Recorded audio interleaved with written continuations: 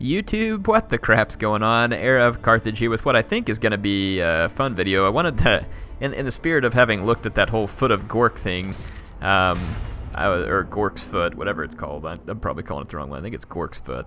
I wanted to play as the Greenskins. Now, since I came up against Bretonnia, I actually did not bring an Orc Shaman with the Big Wa, so there will be no Gork's Foot in this battle, but I'll be playing more Greenskins fights in the future so that we can try that out in a practical application. So it's coming up against Bretonnia. I expected potentially Pegasus Knights, Knights of the Realm, potentially Grail Knights, Peasant Archers, and with the Greenskins, rather than even bother with bringing my own archers to counter the Peasant Archers, because they're terrible counters to the Peasant Archers. They have longer range and they're overall cheaper. I brought 2 Doom Diver catapults, which is pretty considerable investment. It's the same as having 4 Peasant Archers, but they will do more damage than 4 Peasant Archers. I've got 2 big uns in the back protecting them. I've got 2 Black Orcs up front, and they are acting like a bodyguard for Mr. Ironhide here, who is leading my army, because there's no threat of Gen sniping really against with Bretonnia there. And then I've got 2 more big uns, and then hiding in the woods on either flank, I've got 2 Boar Boy big uns, which are going to be no match head to head for Bretonnian cavalry. But I was hoping with some magic I could try and even things out. With the support of the king on his hippogriff, it's going to be a little bit rough. But that is King Luan Lian Kur. Luan Lian Kur. And he spots my guys in hiding, and he's going to bring a couple of Grail Knights with him. Come into combat. There are 3 Peasant Bows, and one of them has already been routed by my Doom Divers, which the Doom Divers are absolutely brutal. Then there's like 4 or 5 Spearmen at Arms and 4 or 5 Men at Arms with pole arms, and there's 1 more Grail Knight on the other flank. His Grail Knights charge straight into my Boar Boy big uns. What would have been helpful here in the magic of the Little Wa is using the spell that slows down, or like it decreases their vigor and speed and charge. My Shaman was too far away to get the cast off, though. It didn't cast, so I expected to get destroyed, and here comes that spell too late. I forgot to cancel it, so I've wasted some magic, and I get completely owned on this flank because I couldn't react. I should have fled in the face of that back to the support of my infantry. So this was a foolhardy engagement for me, and I deserved to lose it, and I did. Now in the front, though, I mean, my Doom Divers are completely wrecking the Peasant Archers. These guys are wasted spend, and my Doom Divers will still have the capability to do tons of damage to other units in the battlefield. So his archers have not been able to accomplish anything of note because they're getting completely owned. So this is what the overhead situation looks like. You can see the Bretonnian army approaching mine over here, and you can see their cavalry now coming in from behind. I've got my big uns braced for the charge. They are still going to... well, never mind, I charged. They're going to get absolutely slaughtered on the charge by Grail Knights. But I do have more big uns coming into support, and you can see him actually pulling some of his guys back. But he does massive damage, but I was able to once again hurt these guys with some itchy... whatever it's called, the itchy nuisance, trying to slow these guys down. So his front line, I pulled back yet another unit of big uns, and I'm going to engage his main line with just the Black Orcs, 1 big un, and Grimgor, because I don't feel like his infantry has any offensive capability. In fact, I know it does not. So I'm counting on him to blob up. He's going to have to. He needs to try and outflank me, but at the same time, he's trying to blob in all of his pole arms to be anti-armor against my Black Orcs, and over time, they can be effective, but he has no answer to Grimgor right now. Grimgor is just going to pound face. And then meanwhile, his Grail Knights are struggling to get to my my men, and then his king is down here trying to kill my Goblin Shaman. So I have gotten him with my Boar Boy big uns, and I'm damaging his king, and his king is just dead set on killing my Night Goblin Shaman. And every time my Night Goblin Shaman comes back from routing, he just like, with enthusiasm here, is clicking attack orders on the Night Goblin Shaman. Would have been much better off to hit these melee blobs in the back, because my melee blobs are getting a considerable number of kills. If we take this off and take a look, 63 kills on these Black Orcs, 66 kills here. Grimgor has 30 kills as a single unit. You can see his Grail Knights over here going to take fire from my Doom Diver catapults before the charge of my Boar Boy big uns, which definitely helps me.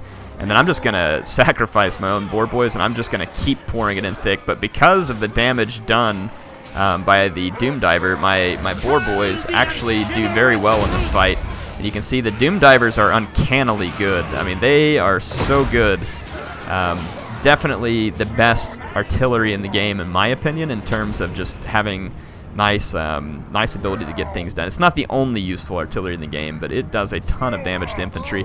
Now, because his king is just solely focused on killing my Night Goblin, he will prevent me from using any more magic, which is good for him, but at the same time, it's also bad for him, because he just wasn't able to support these melee blobs. He gets a decent flank charge here with his Grail Knights, but it is too little and too late.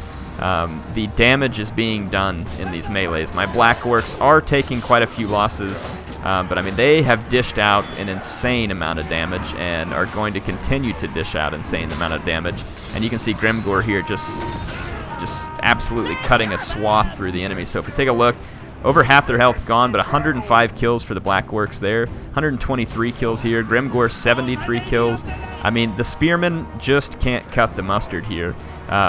There is a better armor penetration damage on the polearms, but it's just not enough. And then the king, having been chasing, he did finally kill my Night Goblin, but he was taking damage the whole time from my Boar Boy Biggins, who do have a bonus versus large.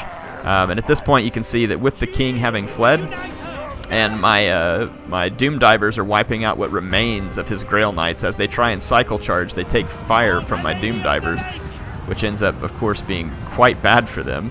Let's see how accurate the Doom Divers are on the move. Very accurate.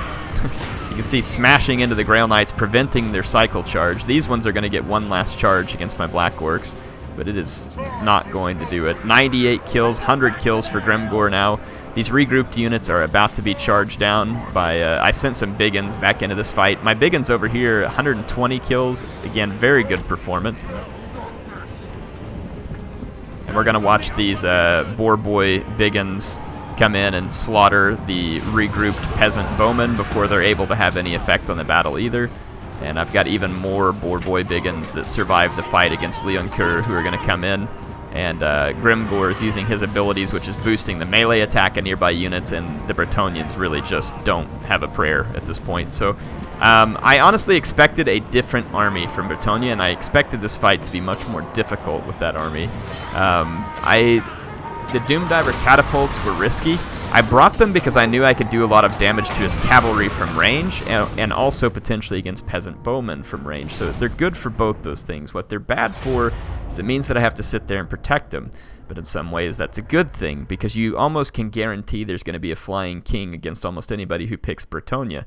And bringing that flying king down where units of Biggins can get him becomes very useful.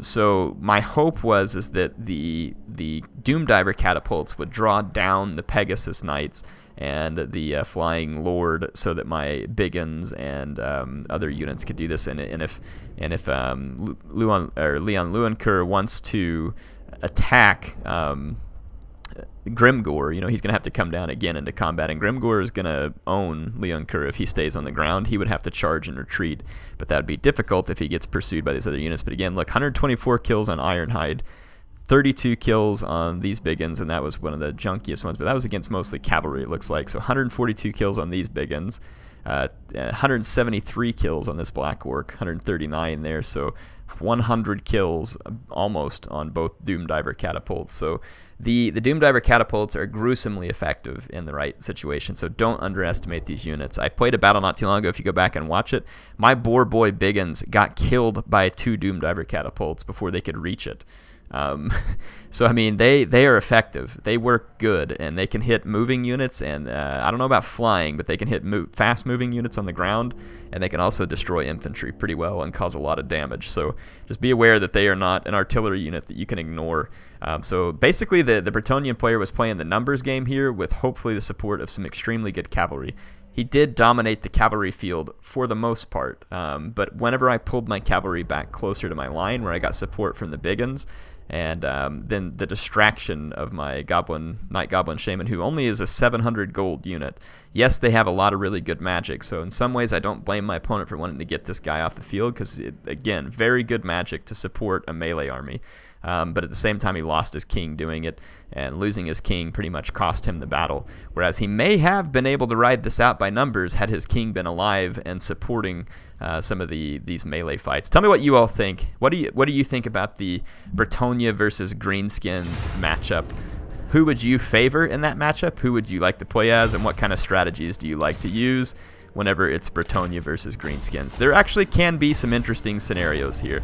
Greenskins overall obviously have a lot more unit variety, but I see Bretonnia having some things that the Greenskins don't, which is effective skirmishers, and they also have very good mobility in the form of Pegasus Knights, and pretty cost-effective cavalry in the form of Grail Knights, or not Grail Knights, sorry, Knights of the Realm. And of course you can go extreme with the Grail Knights and get really good cavalry.